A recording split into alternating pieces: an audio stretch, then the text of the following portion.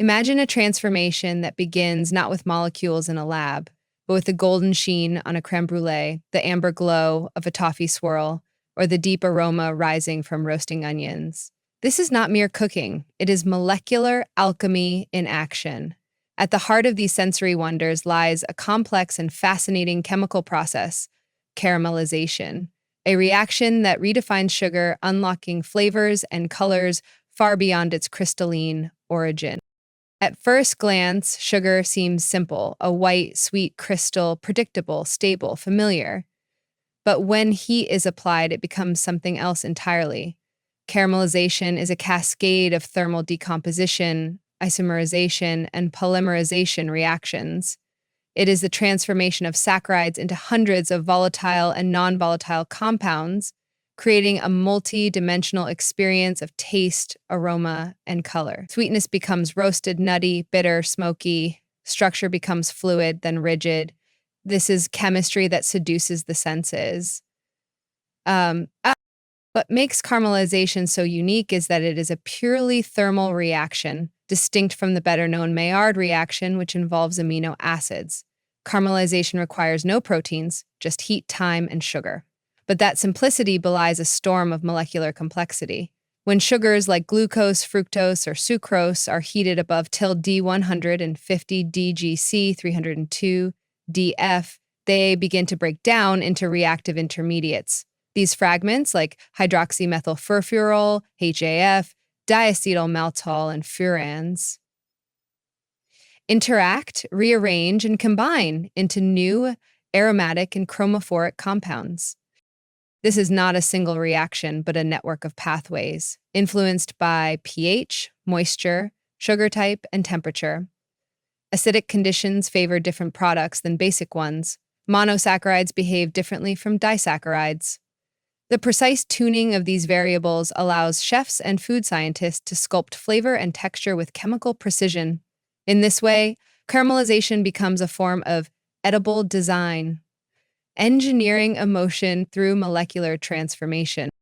But the story goes deeper. Recent studies in food chemistry reveal that caramelization is not just about flavor. It is also about material science. The glassy structure of hard candy, the chewiness of caramel, the brittleness of burnt sugar, all stem from how sugar molecules realign and cross-link during thermal stress. These changes resemble polymer formation, where small molecules connect into complex macromolecular networks. In essence, making caramel is not unlike creating a thermoplastic, except it melts on your tongue. There are also profound implications for sugar alternatives. As the demand for low-calorie and diabetic-safe sweeteners grows, researchers now ask, can we recreate the complex flavor bouquet of caramel without traditional sugars? This has sparked a new field of thermal flavor engineering, where polyols, oligosaccharides, and synthetic precursors are manipulated to mimic the rich depth of natural caramelization. Caramelization also intersects with health and nutrition science. Some of its byproducts, such as acrylamide, raise questions about toxicity at high concentrations. Others, like furans and aldehydes, contribute to oxidative stress or interact with gut microbiota in unknown ways. Thus, understanding the detailed pathways of caramelization is not just a culinary concern, it is a biochemical imperative. What tools allow us to probe these reactions? Techniques like gas chromatography, mass spectrometry, GCMS, high-performance liquid chromatography, HPLC, and Fourier-Transperman infrared spectroscopy, FTIR, are now routinely applied to caramelize matrices, unraveling their hidden molecular stories. This analytical lens transforms the kitchen into a laboratory where browning reactions are mapped, quantified, and manipulated at the atomic scale. And what if we go further? What if we design custom caramel profiles, tailoring the reaction to emphasize a smoky note, a fruit-like ester, or a buttery ketone? With machine learning models trained on sensory data and molecular signatures, food scientists are beginning to generate predictive models for flavor outcomes. Caramelization thus becomes not just a reaction, but an algorithm of taste, programmable, reproducible, and even optimizable.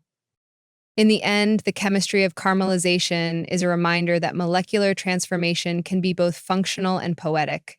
It connects the lab and the kitchen, the physicist and the pastry chef, the formula and the flavor. It shows how something as mundane as sugar, under the right conditions, can unfold into an orchestra of sensation and structure. A sweetness, yes, but one built not just from molecules, but from heat, entropy, and imagination. Caramelization is a non-enzymatic browning reaction that occurs when sugars are heated above their melting point, typically 160 degrees DEGC, leading to complex chemical transformations beyond simple melting and evaporation as sugar molecules dehydrate, fragment, and recombine to form a diverse mixture of volatile aroma compounds, colored polymers, and sweet bitter flavor molecules.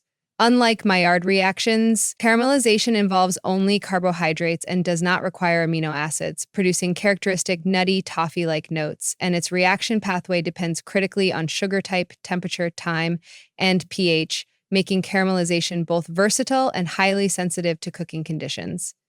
Heating sucrose to 170 DEGC in a saucepan for 5 minutes yields a golden brown caramel syrup with deep, sweet, bitter flavor and a glossy appearance. It's like orchestrating a complex chemical symphony where sugar molecules break apart and reassemble into an entirely new ensemble of flavors and colors.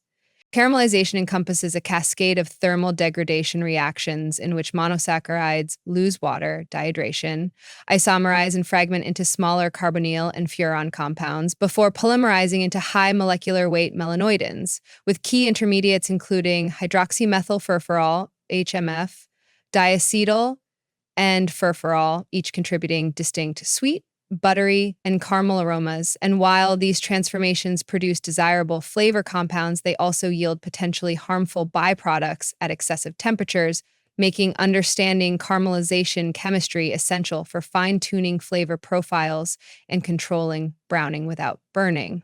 Maltose caramelizes more readily than sucrose, producing richer, buttery notes in baked goods due to its higher propensity for dehydration. It's like breaking Lego bricks into smaller pieces and then snapping them back together into new, intricate structures that smell and taste completely different. The caramelization pathway begins with sugar dehydration to form enediol intermediates, which rearrange into furans and dicarbonyl compounds that then undergo aldol condensations and polymerizations. Each step is temperature dependent. Lower temperatures favor mild browning and sweet flavors, whereas higher temperatures accelerate polymer formation and bitter notes, and pH modulates reaction rates and product distribution, with alkaline conditions promoting faster breakdown and acidic conditions stabilizing intermediate furans. So kinetic control of caramelization is essential to balance sweetness, color, and aroma. Adjusting baking soda, alkaline, in cookie dough increases the rate of caramelization, yielding darker color and more intense toffee flavor. It's like cooking pasta. The temperature of the water and its acidity determine whether the pasta becomes al dente or mushy. Different sugars caramelize at different temperatures and produce unique flavor profiles because monosaccharides, glucose, fructose, and disaccharides, sucrose, lactose, have distinct decomposition pathways. Fructose caramelizes at lower temperatures, tilde 110 DEDC, than glucose, tilde 160 DEDC, yielding fruitier notes, while lactose requires higher heat and forms a more subtle golden color. And disaccharides first hydrolyze into monosaccharides before entering caramelization pathways, adding complexity and delay, so the choice of sugar dictates both the onset and character of caramelization. Brown sugar, caramel acid, caramelizes more readily and yields richer flavor than pure granulated sugar due to its inherent moisture and mineral content. It's like choosing different woods for a campfire. Pine lights quickly with bright flames, oak burns slower, but produces deeper coals. Caramelization generates hundreds of volatile compounds, including furans, pyrones, lactones, and aldehydes that collectively create sweet, buttery, nutty, and toasted aromas, with diacetyl imparting a buttery scent, 5-hydroxymethyl furfural, HEF, contributing caramel-like sweetness, and furfural providing almond-like notes. The balance of these compounds determines the perceived flavor intensity and quality of caramelized foods. And fine control of temperature and time enables chefs to emphasize desirable flavor molecules while minimizing bitterness. Slowly heating cream and sugar to make crème brûlée develops creamy caramel notes from diacetyl and HMFF without burning bitter pyrolysis products. It's like blending paint colors. Small changes in proportions dramatically alter the final hue and depth. Color in caramelization arises from polymerization of sugar degradation products into high molecular weight melanoidins, which range from amber to deep brown. The rate of browning increases exponentially with temperature, requiring careful monitoring to avoid over-darkening and off flavors.